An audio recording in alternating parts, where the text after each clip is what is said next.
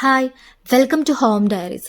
അപ്പോൾ ഇന്ന് നമ്മൾ ലിസ്ബണിലെ തന്നെ ഏറ്റവും വലിയ രണ്ടാമത്തെ ഷോപ്പിംഗ് സെന്റർ ആയിട്ടുള്ള കൊളംബോ മാളിലോട്ടേക്കാണ് പോകുന്നത്. ഈ ഷോപ്പിംഗ് സെന്ററും ഞാനുമായിട്ട് ചെറിയൊരു കണക്ഷൻ ഉണ്ട്. അതായത് ഞാൻ ജനിച്ചിട്ടുള്ള സെയിം മന്ത് സെയിം ഇയർ ആണ് ഈ ഷോപ്പിംഗ് സെന്റർ ഓപ്പൺ ആയിട്ടുള്ളത്. അതായത് സെപ്റ്റംബർ 1997. എവിടെ ഇറങ്ങിയാലും ഈവനിങ് അത്യാവശ്യം നല്ല ബ്ലോക്കുള്ള ടൈമാണ്. അങ്ങനെ പതിയെ ഞങ്ങൾ സ്ഥലത്തെത്തി. വിശാലമായിട്ടുള്ള കൊളംബോ മാളിന്റെ പുറമേയുള്ള കാഴ്ചകളാണ് ഇപ്പോൾ നമ്മൾ കാണുന്നത്. ആക്ച്വലി ഇത് സെൻട്രോ കൊളംബോ എന്നാണ് അറിയപ്പെടുന്നത്. പോർച്ചുഗീസ് ചരിത്രത്തിലെ ഏറ്റവും പ്രസക്തമായ കാലഘട്ടം, അതായത് പോർച്ചുഗീസ് ഡിസ്കവറീസ്, ഇതിന്റെ ഒരു പ്രചോദനം ഉൾക്കൊണ്ടിട്ടാണ് ഇതിന്റെ ആർക്കിടെക്ചർ, ഡെക്കറേഷൻസ് എല്ലാം ചെയ്തിരിക്കുന്നത്. ഷോപ്പിംഗ് സെന്റർ ആണെങ്കിൽ പോലും ഒരു പാലസ് കണ്ട പ്രതീതിയുണ്ട്.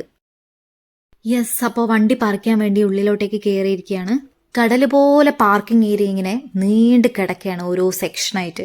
സോ ഇൻ കേസ് നമ്മൾ എവിടെയായിരുന്നു വണ്ടി പാർക്ക് ചെയ്തത് എന്ന നമ്പറൊക്കെ മിസ്സായി പോയാൽ പിന്നെ കണ്ടെത്തുന്നത് ഭയങ്കര പാടാണ്. ഫൈനലി അങ്ങനെ നമ്മൾ കൊളംബോ മാളിന്റെ ഉള്ളിൽ കയറിയിരിക്കുകയാണ്. ഉള്ളിലും ഒരു പാലസിന്റെ പ്രതീതി തന്നെ, ഫുള്ള് റൗണ്ട് ഷേപ്പായിട്ട്. ഒരിക്കൽ യൂറോപ്പിലെ തന്നെ ഏറ്റവും വലിയ ഷോപ്പിംഗ് സെന്റർ എന്നും ഇവിടെ അറിയപ്പെട്ടിരുന്നു. ഷോപ്പിംഗ് സെന്ററിന്റെ വലുപ്പം തന്നെയാണ് സന്ദർശകരുടെ ഫസ്റ്റ് ഇംപ്രഷനും. ഐബീരിയൻ പെൻസിലയിലെ ഏറ്റവും വലിയ ഷോപ്പിംഗ് സെന്ററുകളിൽ ഒന്നായിട്ടുള്ള ഇവിടം വിനോദസഞ്ചാരികളുടെയും ഒരു പ്രധാന കേന്ദ്രമാണ്.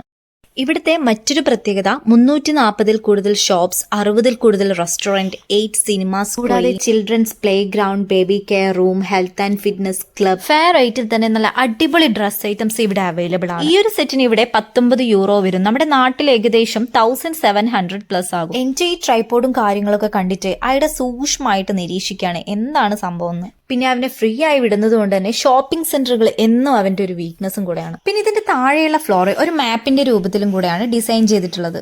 ഈ ഒരു ഷോപ്പിംഗ് സെന്ററിനെ 3 ലെവലുകളാക്കി ഡിവൈഡ് ചെയ്തിട്ടുണ്ട്. എല്ലാ റെസ്റ്റോറന്റുകളും ഇതിന്റെ ഏറ്റവും ടോപ്പിലാണ്. അങ്ങനെ നടന്ന് എല്ലാ ഫ്ലോറും കയറി ഇറങ്ങി ഞങ്ങൾ കുറച്ച് സമയം റെസ്റ്റ് ചെയ്യാന്ന് വിചാരിച്ചു. പോർച്ചുഗലിൽ ഇപ്പോൾ വിന്റർ സീസൺ ആയതുകൊണ്ട് തന്നെ രാത്രി ആരും എവിടെയും കൂടുതൽ സമയം സ്പെൻഡ് ചെയ്യാറില്ല. കൂടുതൽ ലേറ്റ് ആവുന്നതിന് മുന്നേ തന്നെ പെട്ടെന്ന് ഞങ്ങൾ അവിടെ നിന്ന് ഇറങ്ങി. പുതിയ വിശേഷങ്ങളുമായി ഇനി മറ്റൊരു വീഡിയോയിൽ കാണാം. ബൈ.